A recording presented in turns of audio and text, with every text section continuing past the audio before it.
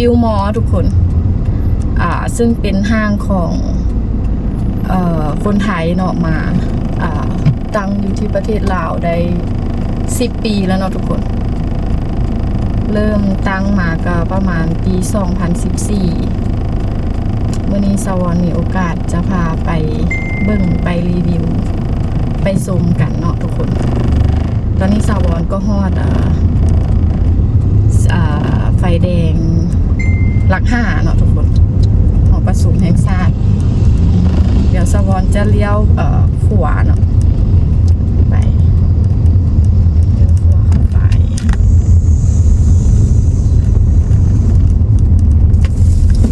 เบื้องซ้ายมือเขาก็จะเป็นหอประชุมแห่งชาติเนาะทุกคนแต่สวรรค์บ่ได้ติดกล้องให้เบิ่งเธอเขาก็ขี่ไปเรื่อยๆเนาะ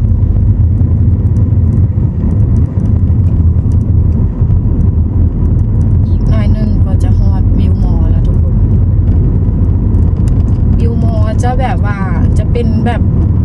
เป็นห้างอะไรทุกคนถือว่าครบเลยแบบมีขายอย่างหลายๆอย่างเนาะแล้วก็มีห้างอย่างหลายอย่างเดี๋ยวสาวรจะไปรีวิวให้เบิ่งพร้อมๆกันเนาะจะเป็นแนวใดทุกคน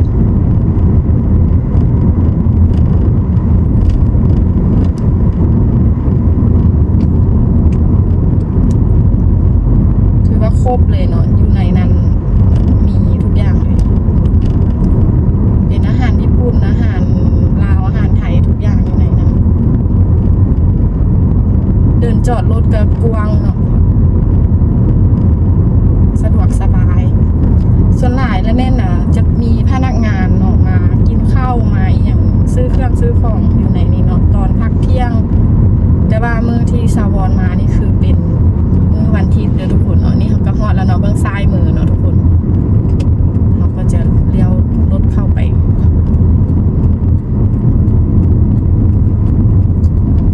คนแถวนี้ก็นิยมมานี่เนาะเพราะว่ามันครบหมดเลยเนี่ยเขาก็จะเลี้ยวซ้ายเข้าไปเลยเนาะขนาดมื้อพักผ่อนเนาะนี่ก็เป็นบรรยากาศถือว่าคนหลายอยู่รถจอดหลายวิวมอทุกคนถ้าเป็นมื้อเข้าการก็จะยิ่งหลายกว่านี้อีกเนาะช่วงเวลาพักเที่ยงคนมากินข้าวมาจับจ่ายใช้สอยอยู่ในนี้ถือว่ามันครบเลยแหละอยู่ในนี้มีอาหารหลายอย่างเดี๋ยวสาวรรีวิวให้เบิ่งเนาะไปนำสาวรไปเลย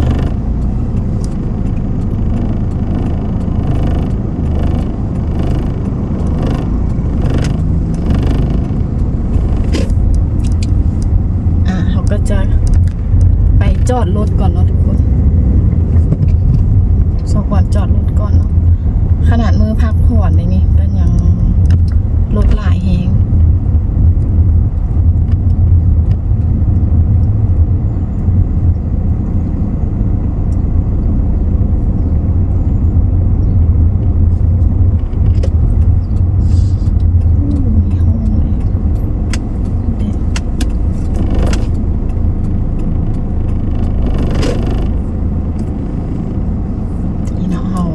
จอดรถละฮ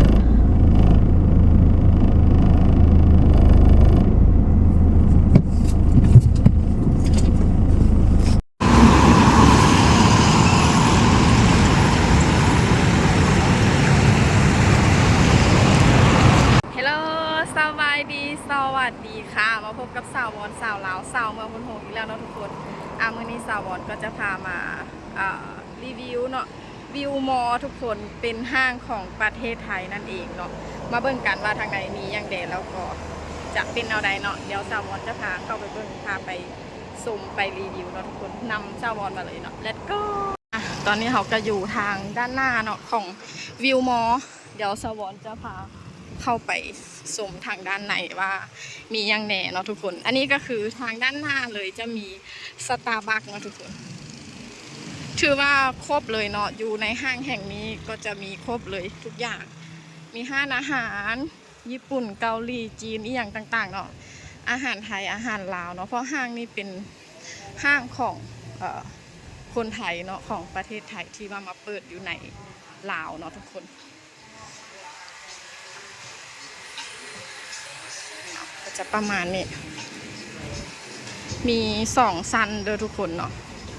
เดี๋ยวซาวอนก็จะพาไปเบิ่งชั้นที่2เนาะทุกคนเนาะโซนนี้ก็จะประมาณนี้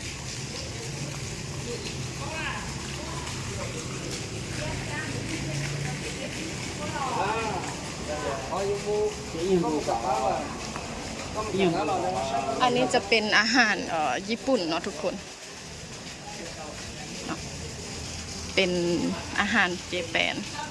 ทุกคนเป็นแบบบุฟเฟ่เนาะแบบสายพานเนาะทุกคนเนาะเป็นอาหารสายพานเนาะทุกคนส่วนนี้ว่าจะเป็นแบบนั่งลิ้นกินน้ำซิวๆเนาะทุกคนมื้อนี้เป็นวันพักผ่อนของหลายๆคนเนาะทุกคนเนาะจะนั่งพาครอบครัวมาลิ้น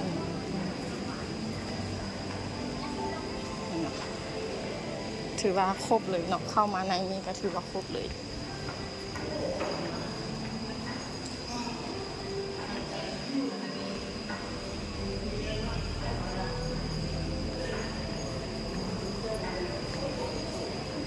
หางเครื่องสำอางเนาะลายแหงทุกคนของตัวเองก็แค่ของตัวเองแล้วเองจะตลอดจะเกิดจริงแบบตัวเองสร้างตามันบ้างเวลาออกมาของตัวเองก็แค่เราไม่กินชื่อว่าห้านว่างก็ยังว่างลายอยู่เนาะทุกคนเนาะ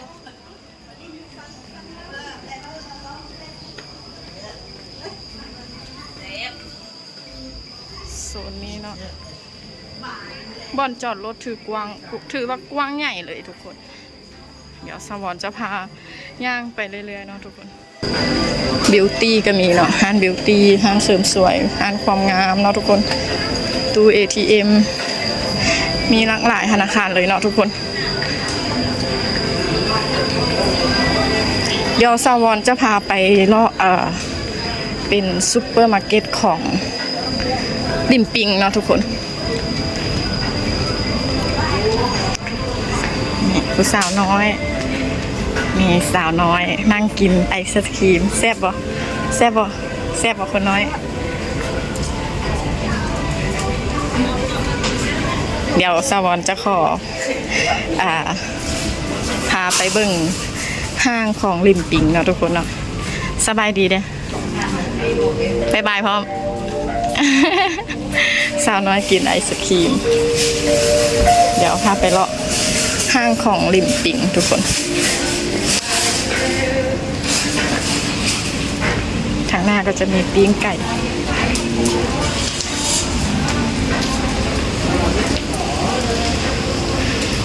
ปิ้งไก่ลาดว่ะนี่เป็นไก่3 สายพันธุ์โตเท่าไหร่ฮะนะตัวก็15 2 ตัวแทนจิโอ้ตัวนึง95,000ทุกคนมันตา2 ตัวจะเป็นตัวเป็นถึงเงินบ้านเท่าไหร่นะ95ขอบใจเด้อเอาปิ้งไก่ตัวถึงเงินบาทประมาณปิ้งไก่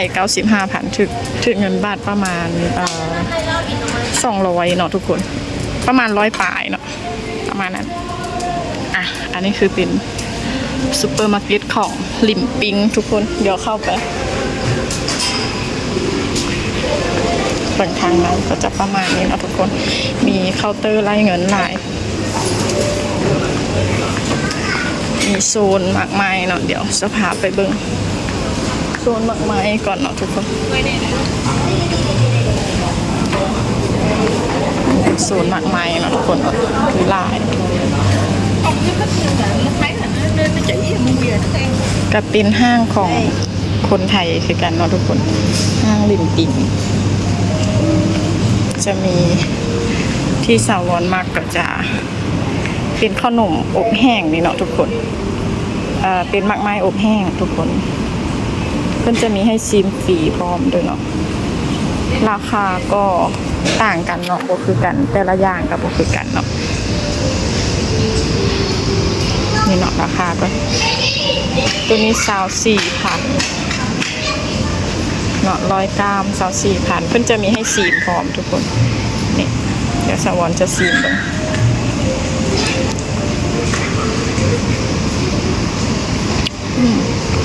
แซ่บเนาะทุกคนบวยทับทิม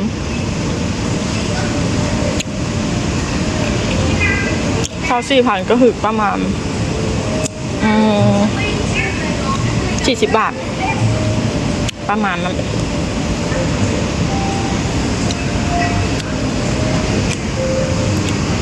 จะมีหลายอ่ะอันนี้คือเพื่อนให้ชิมฟรีเนาะ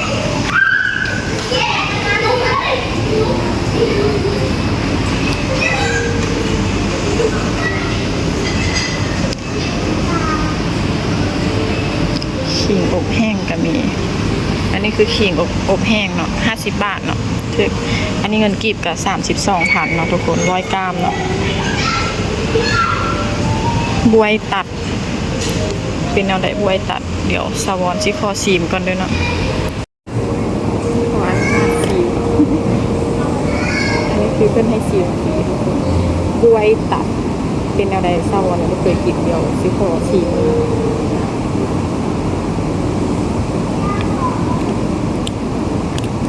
เปรี้ยวเนาะอากาศรสชาติแบบเปรี้ยวๆเนาะทุกคนแต่กระแซ่บอันนี้คือเพื่อนให้ชิมทุกคนแซ่บทุกคนเดี๋ยวสาวอนจะขอรีวิวให้เบิ่งอีกเนาะก็จะประมาณนี้ทุกคนเข้ามาก็เย็นเจี๊ยบเลยเนาะส่วนนี้ก็จะเป็นแบบอาหารสดเนาะแซ่แข็งเนาะแพกปลาแซลมอนทุกคนงามน่ากินทั้งนั้นเลยทุกคนโอ้โหแซลมอนแพ็ค650,000 กีบว้าว650,000 กีบก็คือ1,000 บาทเนาะแม่นบอกตัวนี้ราคาประมาณ1,000 บาททุกคนแม่นบอก600,000บอก200,000บอกอ๋อต่อกิโลโดยกิโล650,000ซึ่งตกเป็นเงินบาทก็พันบาททุกคนแต่ว่าแพ็คนี้เนาะแล้วเป็น231,000 กีบถึงประมาณ400บอกประมาณนั้นว้าวตอนนี้ใหญ่คือแบบน่ากินเลยอันนี้จะเป็นซูชิเนาะทุกคนแสนปลายก็น่ากินเนาะพอดีกินเนาะทุกคนแสนปลาย200,000 ปลายเนาะประมาณ200 ปลาย300อ่ะประมาณนี้ขอบใจเด้อก็จะมีอาหารแช่แข็งหลายอย่าง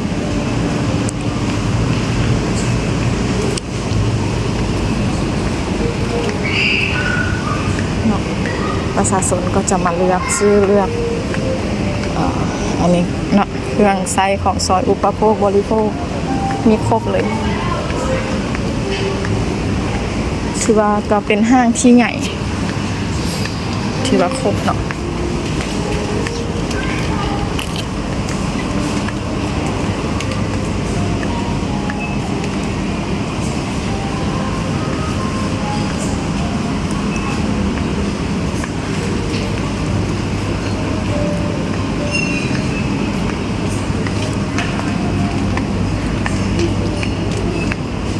อันนี้คือพนักงานเช็ค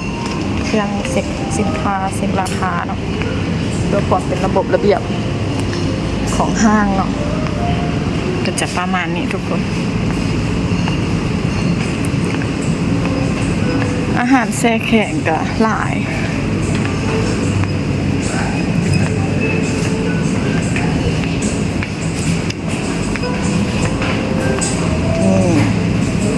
อันนี้เป็นขนมหวานทุกคนจะมีซีดทุกคนนั่นบอกนี่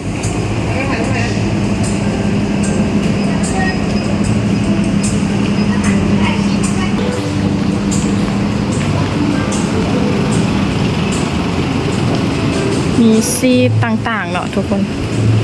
หลายอย่างให้เลือกว้าว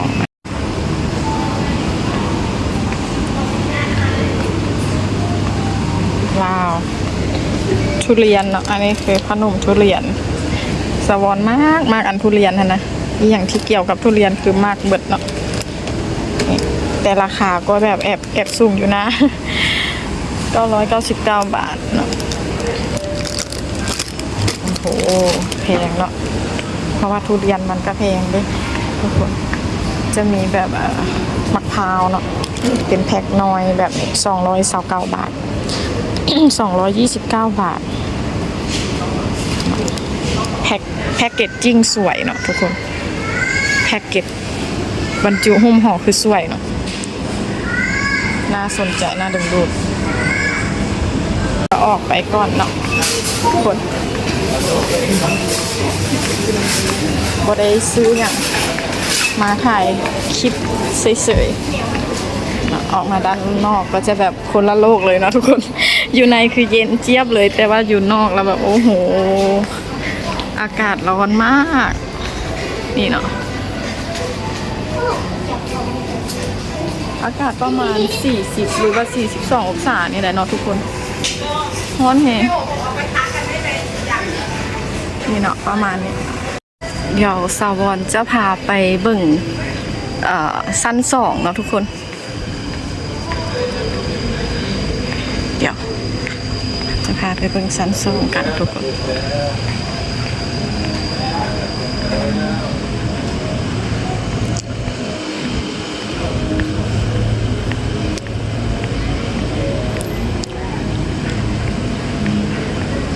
กิโลเกต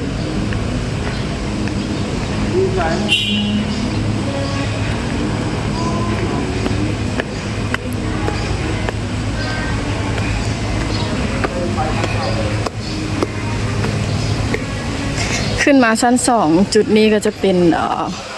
โอซาก้าเนาะเป็นอาหารญี่ปุ่นทุกคนนี่เนาะ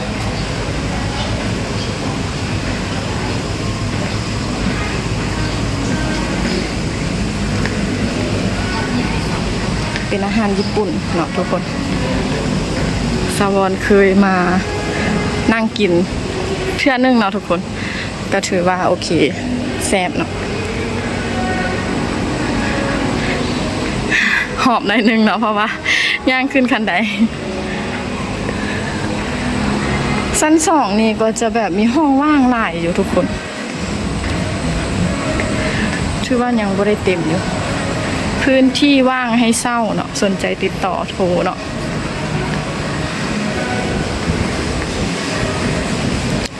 อันนี้คือมาจุดนี้มันจะเห็นโซนด้านล่างเนาะทุกคนก็จะเป็นประมาณนี้มันจะมีทางขึ้นหลายทางเนาะทุกคนเนาะโซนด้านนี้ก็ขึ้นมาได้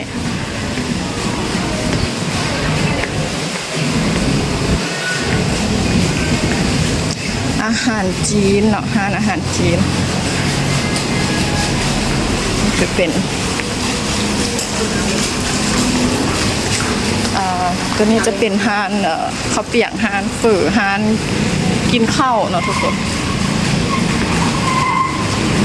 ก็จะเป็นประมาณนี้เนาะการตกแต่งห้านก็จะร่มรื่นเนาะ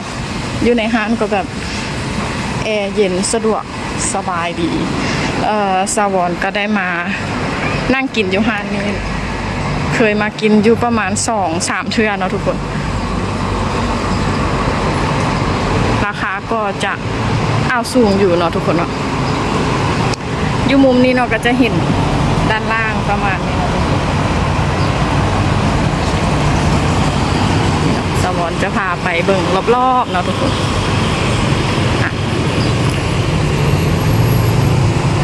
นี่คือโซนชั้น2เนาะก็จะประมาณนี้จะสุดได้เท่านี้ละเนาะทุกคนนี่เนาะโซนนี้ก็จะยังเห็นไปเส้นทาง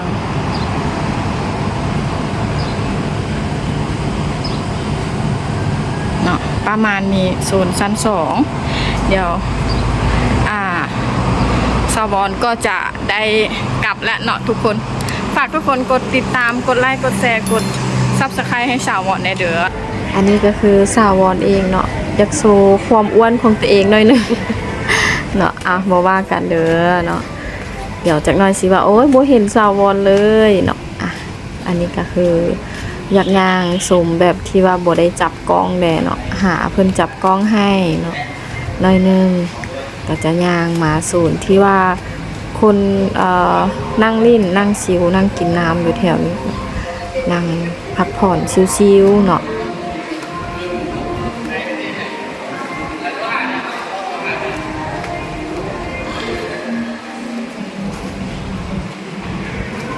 ก็ประมาณนี้เนาะกับบรรยากาศห้างของวิวมอลของประเทศไทยที่มาเปิดอยู่ในลาวเนาะเจอกันคลิปต่อไปเด้อบ๊ายบาย